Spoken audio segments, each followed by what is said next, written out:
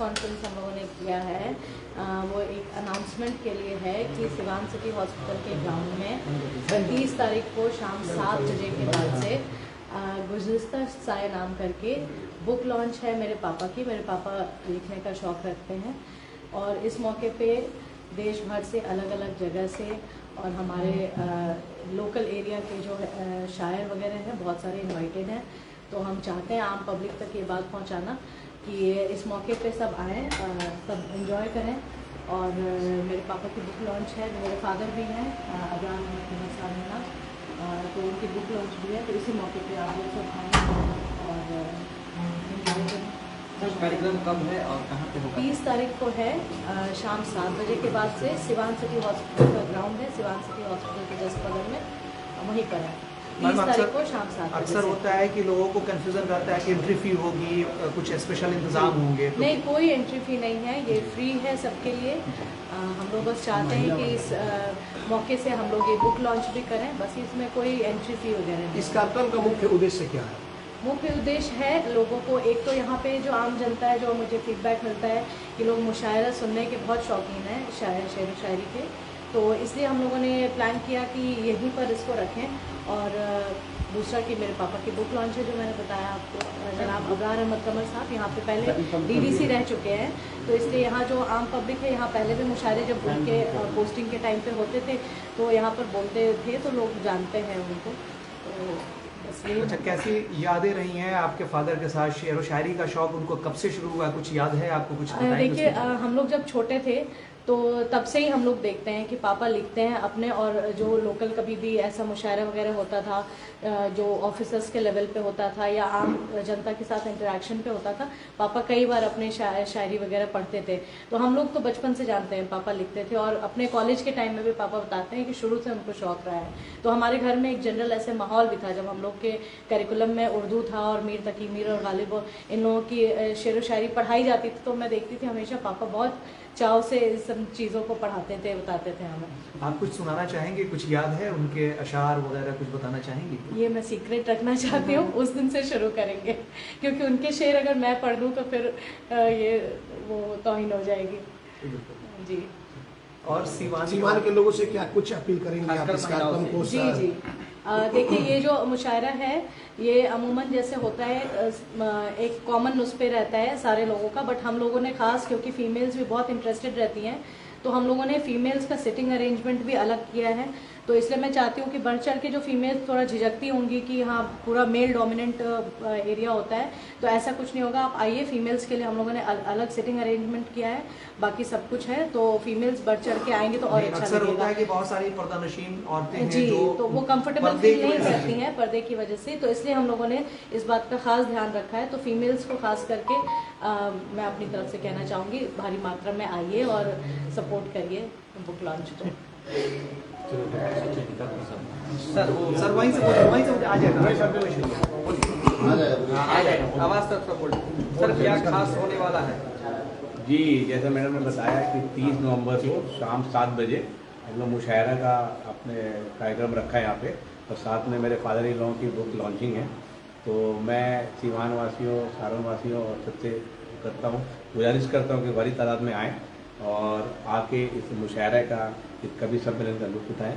और एक बार और कि यहाँ पे जितने भी अच्छे अच्छे लोग हैं, जैसे मेरे फादर इन लॉ डीडीसी रहे हैं यहाँ पे सीवान में 2010 से 2013 तक, तो उनके जितने भी अधिकारी लोग हैं वो लोग भी इसमें शिरकत कर रहे हैं, चाहे जजेस हों, चाहे डीएम हो, और सब लोग आ रहे हैं यहाँ पे। तो चाहे कि भारी तादाद में लोग आएँ और आके इस मुशायरे का खास कर कौन कौन लोग सर आ रहे हैं? डीडीसी अब्रार अहमद कमर साहब को भी एक मुशायरा कराया था मेरे जो हॉस्पिटल का 1 साल पूरा हुआ, तो उसमें अब्रार जब वो रिटायर हो गए तो खाली क्यों नहीं इसको छपवा दिया जाए। तो ये 1 साल पुरानी बात है। तो ये मुशायरा एक दिन का देन नहीं है, ये 1 साल से इसकी तैयारी चल रही थी कि उसका नाम क्या हो, और मतलब शायरी उर्दू और हिंदी में भी है, तो किताब उर्दू में भी है एक साइड से हिंदी में भी है। चूँकि उसका इजरा होना है इसलिए हम लोग यहाँ दिखा नहीं सकते, तो वो एक सीक्रेसी वो ख़त्म हो जाएगी। ये अब्रार साहब पूरा सिवान शहर भी जानता है और बिहार के बहुत डिफरेंट डिस्ट्रिक्ट्स में भी रहे हैं। उसी मौके पे ये मुशायरा के इनाक़ात किए जाते हैं। शायरों का नाम बताना चाहेंगे कौन जी, कौन से लोग गा रहे हैं? चूँकि वो खुद बहुत सीनियर आदमी है तो ये मुशायरा उन्हीं के सदारत में होगा और इस मुशायरे की निज़ामत इंटरनेशनल नाज़िम सब लोग जानते हैं नदीम फ़ारूक साहब। ये पूरी दुनिया के मुशायरे में जहाँ नदीम साहब जाते हैं मुशायरा कामयाब होता है, उनकी निज़ामत है। उसके अलावा सीनियर शायर में जौहर कानपुरी है और जो फिल्मों में शायरी लिखते हैं शकील आज़मी, वो भी आ रहे हैं। उसके अलावा अज़हर इकबाल साहब हैं और अज़्म शाकरी है और उभरता हुआ गज़ल गायक अफजल इलाहाबादी हैं। और अलीगढ़ से ही चूँकि रिश्ता है, जब जॉनी फॉस्टर सिवान आए थे तो बड़ा अबरार साहब ने उनको मोहब्बतों से नवाजा, तो इसलिए जॉनी फॉस्टर को हम अलीगढ़ से बुला रहे हैं। गज़ल गायक भी हैं, शायर भी हैं। फीमेल शायरा में हिंदुस्तान की बहुत मशहूर शायरा शबीना अदीब हैं, जिन्होंने इस किताब को पढ़ के आपको जो किताब मिलेगी अपना वो भी मतलब नज़रिया भी इस किताब में अबरार साहब को ने लिखा है। उसके अलावा नकहत मुरादाबादी हैं और एक जैसे हम लोग हर साल सिवान में 2 नए शायर बुलाते हैं, इस बार एक शायरा आ रही है नगमा नूर, जो काफ़ी इंटरनेशनल मशहूर शायरा है कलकत्ता की और बड़ी बेहतरीन उनकी शायरी है, वो भी आ रही है। मज़ाक के शायर भी आ रहे हैं आपके जहाज़ देवबंदी। उसके अलावा लोकल जो अपने मुकामी शोरा है जैसे फ़हीम जोगापुरी साहब हो गए, सुनील कुमार तंग हो गए, डॉक्टर तारिक अनवर हो गए, परवेज़ अशरफ हो गए, डॉक्टर जाहिद सिवानी हो गए, सारे लोग आ गए। क्या कहेंगे सिवान के लोगों से, क्या कुछ कहना चाहेंगे? जैसे आप लोगों को भी पता है कि करीब 6-7 साल से चल रहा है मामला कि कभी एक बार शाहनवाज ने करा दिया, एक बार हमने लायंस क्लब ने करा लिया, पिछली बार हमने AMU वालों ने करा लिया, इस बार सुहेल भी करा रहे। हर साल अक्टूबर नवंबर में एक मुशायरा होता है। बस दुआ कीजिए कि हर साल एक ट्रेडिशन बनता रहा, किसी न किसी तरह मतलब अदबी दुनिया से लोग जुड़े रहे। कुछ बोलेंगे? एक मैं बोल देती हूँ। मैं कोई इधर नहीं गा। शेर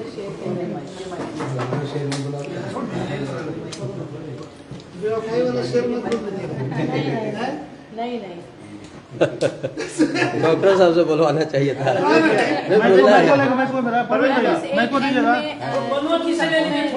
ठीक है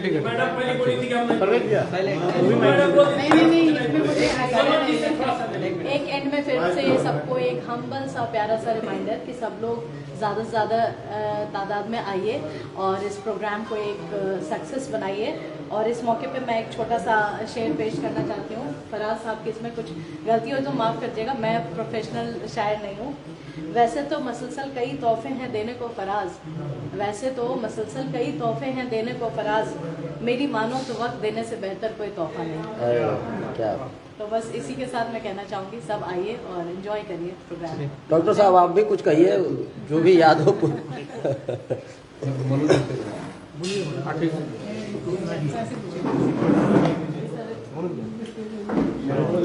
अभी आ जाएगा इसके बाद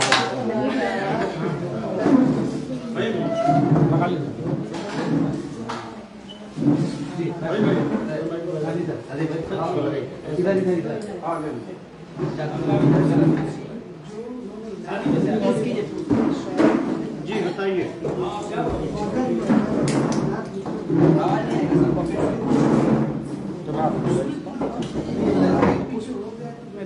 जी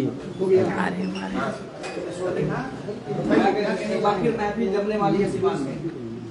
जी जो पहले ये आयोजन के बारे में सभी लोग बता जरा देख लीजिए। आपको बताना चाहेंगे कि देखिए केवल साहित्यिक आयोजन ही नहीं है, अपितु एक मंच है थोड़ा सा जो लोगों को एकजुट करता है, सामाजिक समरसता फैलती है उससे, और साथ ही साथ जो हमारी लोक संस्कृति है या भारतीय संस्कृति है, इस सब से लोगों का जुड़ाव होता है।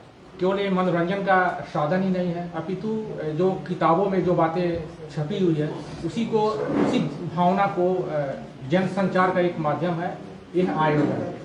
तो इसमें आपको करुण रस भी होगा, हास्य रस भी होगा, वीर रस भी होगा, और राष्ट्रीय भावना से ओतप्रोत आपको सुनने को मिलेगा। बहुत सारी जो लोगों जो लिखा हुआ है, लोग मन की भावनाएं हैं कवियों की या शायरों की, वो जनमानस में उसका संचार होने वाला है।